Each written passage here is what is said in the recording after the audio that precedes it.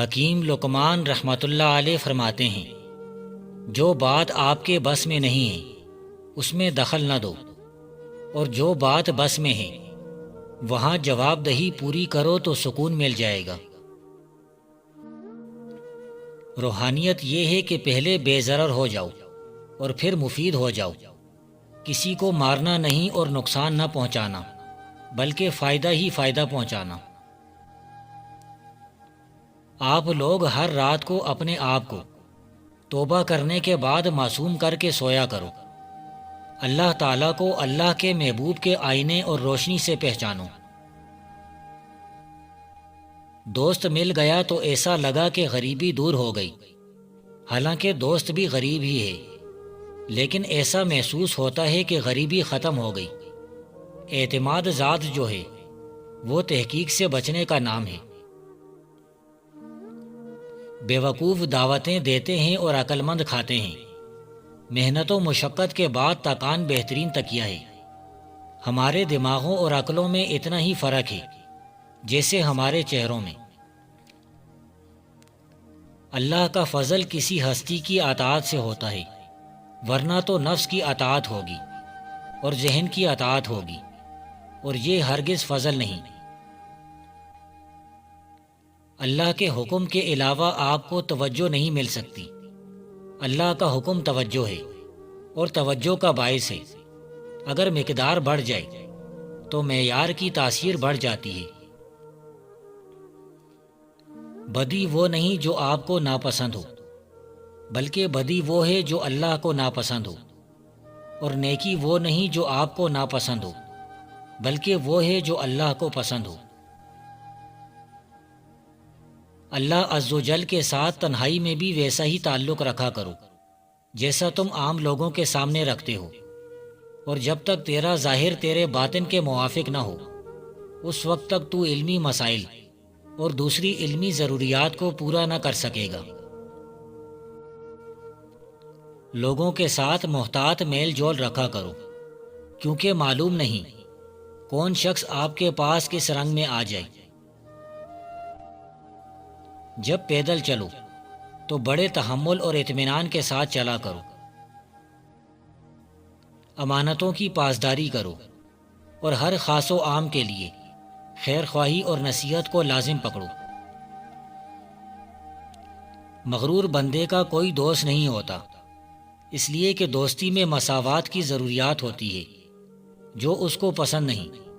مغرور کو کوئی نصیحت نہیں کر سکتا، اس لیے کہ ناصح ہونے میں برتری کی ضرورت ہے جس سے اسے نفرت ہے۔ آخرت کے طلبگار کا مطلب ہے دین کا طلبگار ہونا۔ یہ طلبگاری سرسری نہیں ہونی چاہیے، بلکہ جس توجہ سے دنیا دار اپنی دنیا بنانے میں محو اور مصروف ہے، اسی طرح دیندار اپنے دین کو بنانے میں محو اور مصروف ہونا چاہیے۔ زندگی کے ہر موڑ پر تقوی اور پرہیزگاری کے راستے پر مضبوطی سے قائم رہو۔ اگر تو 10 برس تک بھی بے روزگار رہے اور تیرے پاس کھانے پینے کے لیے بھی کچھ نہ ہو، پھر بھی تو علم سے منہ نہ موڑ۔ جب کسی کے سوال کا جواب دینا چاہو تو اس سوال کے ساتھ اپنی طرف سے کوئی بات نہ ملایا کرو، ورنہ سائل کے اصل سوال کا جواب دینا مشکل ہو جائے گا۔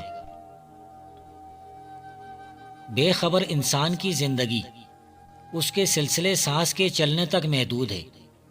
سانس ختم ہوئی تو زندگی بھی ختم ہو گئی، مگر جس کی زندگی حق تعالیٰ پر ہے تو وہ حیات طبی سے حیات اصلی کی طرف رجوع کرتا ہے، اور حقیقی زندگی یہی ہے۔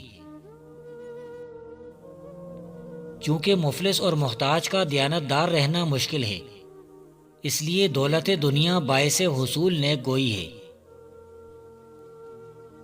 صرف دولت مند بیوائی ہی ایسی استعمال شدہ چیزیں ہیں جو اعلیٰ قیمت پر بکتی ہیں۔ جن لوگوں کے ساتھ انسان کو اکٹھا رہنے کا اتفاق پڑے ان سے کبھی بگاڑنا نہیں چاہیے۔ عورتوں کے ساتھ کثرت سے بات چیت کرنے اور ان کی مجلس میں بیٹھنے سے گریز کرو۔ کثرت سے ہنسی مذاق سے اجتناب کرو۔ کیونکہ یہ قلب کو مردہ کر کے رکھ دیتا ہے۔ اگر دولت مند ہونا چاہتے ہو بس منہ آسمان کی طرف اٹھائیں اور بن مانگے پائیں۔ اللہ کا یہ نام 21 بار پڑھ لیں، یا مسبب الاسباب سبب لی الخیر۔ اسی وقت آپ کی پریشانی تنگدستی دور ہو جائے گی۔ اس وظیفے کو پڑھنے والا رئیس مالدار اور مقدر کا بادشاہ بنے گا۔ ایسی عورت سے شادی نہ کرنا جو مطلقہ ہو، یا اس کا باپ اس کے ساتھ ہو، یا اس کی ماں یا اس کی کوئی بیٹی، اور اگر ایسا کرنا ہی پڑے تو یہ شرط لگا دینا کہ اس کے رشتہ داروں میں سے کوئی اس کے پاس نہیں ٹھہرے گا۔ اگر وہ عورت مال والی ہوگی تو اس کا باپ جگہ جگہ یہ کہتا پھرے گا کہ سارا مال میرا ہے اور میں نے عارضی طور پر اس کو دیا ہوا ہے۔ جہاں تک ہو سکے اس کے باپ کے گھر میں نہ جایا کرنا۔ ایسا ہرگز نہ کرنا کہ شادی کے بعد راتیں اپنے سسر کے گھر گزارو، ورنہ آپ کا سارا مال لے کر بھی ان کی لالچ اور طمع ختم نہ ہوگی۔ اگر آپ کے دل میں بدی کی خواہش نہیں ہے تو اپنے دل میں نیکی کی خواہش ضرور رکھو۔ اپنی ذات کے ساتھ جھگڑا نہ کرو، اپنی ذات کو آسان رکھو اور یوں اپنی نیند کو پریشان نہ کرو۔